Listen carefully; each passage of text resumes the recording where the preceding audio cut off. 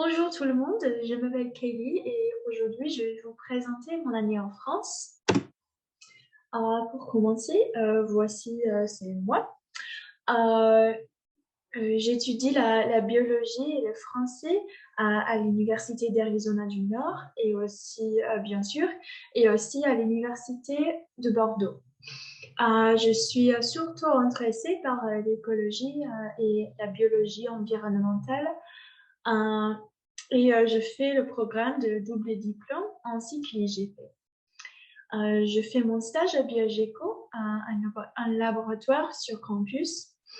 Et aujourd'hui, je vais vous parler de mon stage, l'impact de COVID-19 sur mes études et sur ma vie en France, sur mon stage, etc. Et puis, mon acquisition du français et ma compétence culturelle.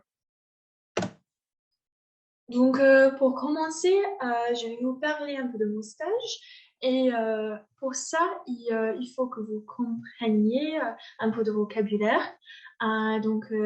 Premièrement, il y a la cavitation xylème, qui est ce que j'étudie. Et ça, c'est quand il y a des bulles d'air qui sont tirées dans le xylème, qui bloquent le flux d'eau. Et les bulles d'air s'appellent les embolismes. Donc voilà, et le xylème, c'est la partie de la plante dans laquelle l'eau est tirée vers le haut de la plante.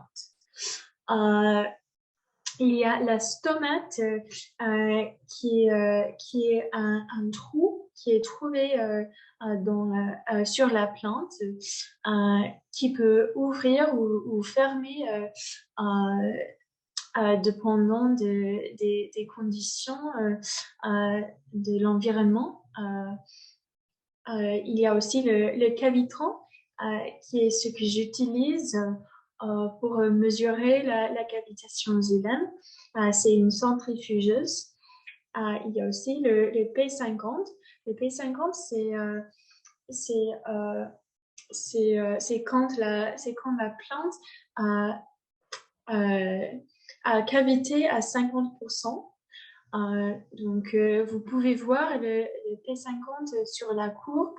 Et donc, sur cette courbe ici, le P50 est ici, à moins 3. Donc, voilà.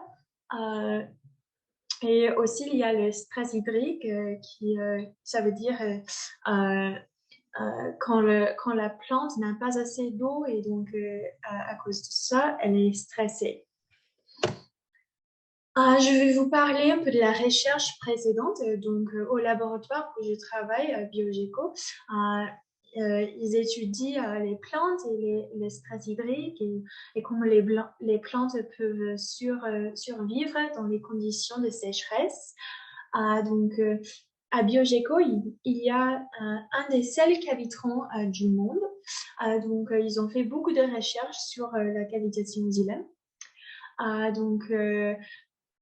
Par exemple, il y avait une étude sur la vulnérabilité à la cavitation xylème chez les herbes, les méthodes à déterminer la résistance aux embolismes chez les arbres, l'effet de la sécheresse sur la vulnérabilité aux embolismes chez les Fagus sylvatica, et aussi l'évolution de la résistance de la cavitation chez les conifères, qui est ce que j'étudie aussi. Donc voilà. Je vais vous parler de ce que je fais chaque jour.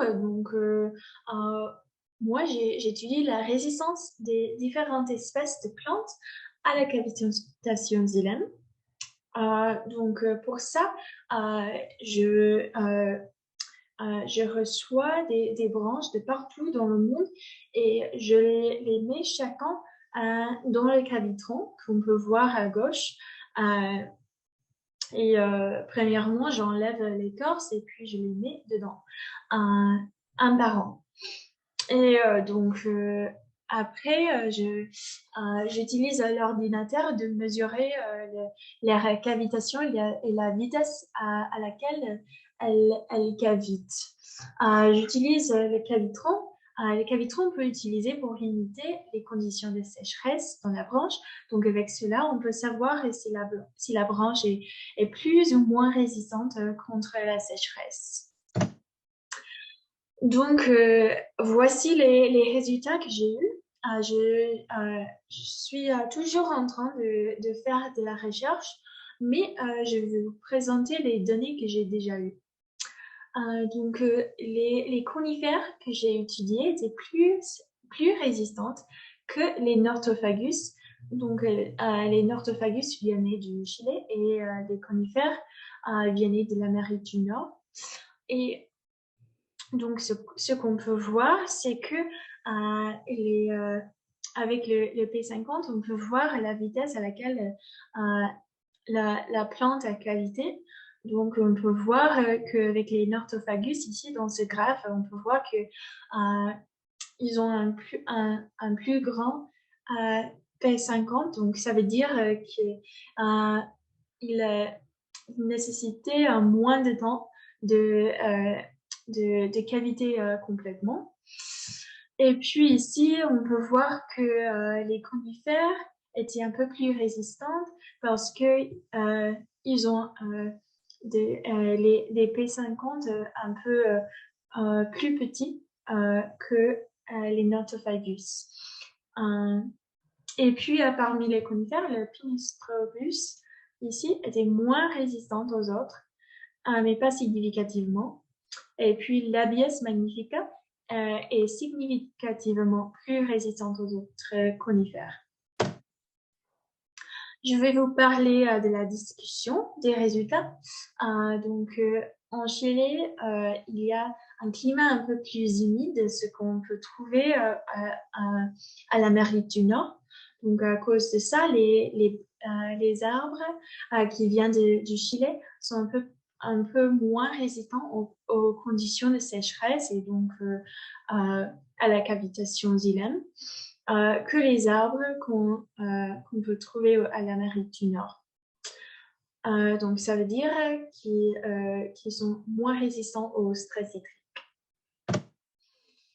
Je vais vous parler maintenant de l'impact du COVID-19. Donc, en France, il y a le pass sanitaire.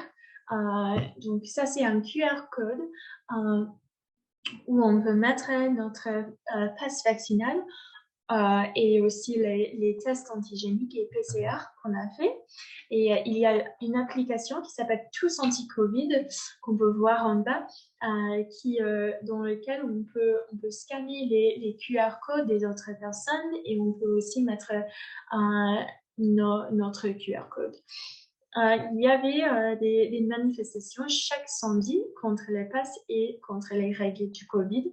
Donc, tout le monde n'était pas d'accord avec ça. J'ai reçu une carte vitale qui me permet d'avoir la santé gratuite en France. Et donc, avec cela, je peux avoir des tests antigéniques et PCR gratuits. En France, il y avait la fin du mandat des masques en mars, donc il y a à peu près un mois. Personnellement, je continue à porter mon masque dans la majorité des espaces publics parce que je n'ai pas envie d'attraper le Covid. Aussi, un impact du Covid sur ma vie était parce que j'ai dû attendre un an pour aller en France parce que je voulais aller en France en 2020, mais je ne pouvais pas. Mais je suis ici maintenant. Donc, voilà. Je vais vous parler maintenant de mon acquisition du français. Donc, il y a des différents types de français utilisés selon le contexte. Il y a le français formel et le français plus informel. À mon stage, j'utilise un mélange des deux parce qu'il y a des gens, des collègues qui disent ah oui, tu peux me tutoyer, c'est pas grave, tu peux utiliser le français informel. Mais en même temps, il y a aussi des gens qui préfèrent que je les vous voie. Dans mes cours, il faut absolument que j'utilise le français formel avec les professeurs. Ça, c'est très important en France. Et puis, avec des amis, j'utilise le français plus informel. Avec ma compréhension, ça, c'était un truc que j'ai trouvé un peu plus difficile au début. c'était de comprendre les gens, surtout dans mes cours où j'ai dû concentrer pendant super longtemps. Mais ça s'est amélioré avec du temps. Euh, j'ai aussi j'ai appris de nouveaux mots de vocabulaire. Par exemple, dans le français informel, il y a le verlan qui est souvent utilisé par les jeunes. Donc ça, c'est quand les Français inversent les syllabes d'un mot. Donc, par exemple, le mot verlan est un mot de verlan. Donc, c'est le mot l'inverse mais c'est inversé d'être verlan. Il y a aussi le mot français peut être, si on utilise le verlan avec le mot français, on peut dire safran. Donc voilà. Et puis j'ai aussi appris un peu d'argot et aussi du jargon de la biologie, donc des mots utilisés souvent dans les sciences et dans les cours. Ça m'a beaucoup aidé à comprendre et à parler dans les sciences. Je vais vous parler maintenant de ma compétence culturelle. Donc, j'ai trouvé qu'il y avait beaucoup de différences entre la France et les États-Unis, par exemple. En France, il y a souvent des grèves et des manifestations quand les Français trouvent que quelque chose n'est pas juste. Ils aiment faire des manifestations. Donc, il y a aussi l'université française qui est différente, donc surtout l'administration là. Donc, pour moi, j'ai dû attendre jusqu'au premier jour de mes cours pour avoir mon emploi de temps. Donc, ça, c'était un peu bizarre pour moi et un peu stressant. Il y a aussi la culture de travail qui est différente parce que en France, les petites pauses sont très importantes et aussi d'avoir un long déjeuner, c'est aussi important. Et voilà.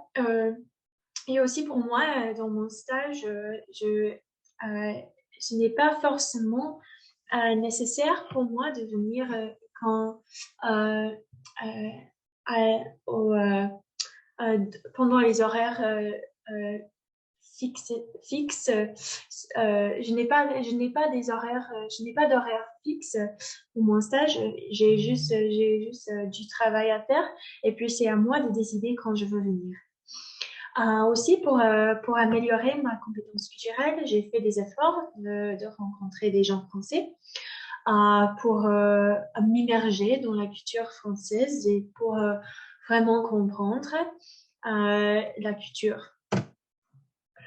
Donc, du coup, pour finir, je vais vous parler de comment j'ai changé. Je pense que je suis maintenant plus ouverte à d'essayer de nouvelles choses. Par exemple, j'ai commencé à faire de l'escalade, comme vous pouvez voir dans la photo à droite. Je suis aussi plus ouverte aux différentes cultures. Par exemple, quand quelque chose se passe que je trouve impoli, peut-être je peux réfléchir et dire et je peux me dire ah oui c'est peut-être pas quelque chose d'impoli dans leur culture donc c'est pour ça que je me sens un peu plus ouverte et j'ai aussi amélioré ma communication en français et aussi je sens en général je peux mieux communiquer avec les gens qui sont différentes que moi. J'ai aussi plus de confiance dans mon français et aussi dans ma vie en général. Je me sens un peu plus, j'ai un peu plus de confiance en moi et je me sens un peu plus indépendante parce que j'ai pu vivre dans un différent pays, j'ai pu faire des cours et j'ai travaillé, j'ai fait un stage dans un différent pays, donc c'est pour ça que j'ai un peu plus de confiance en moi. Donc, merci beaucoup et bonne journée à vous.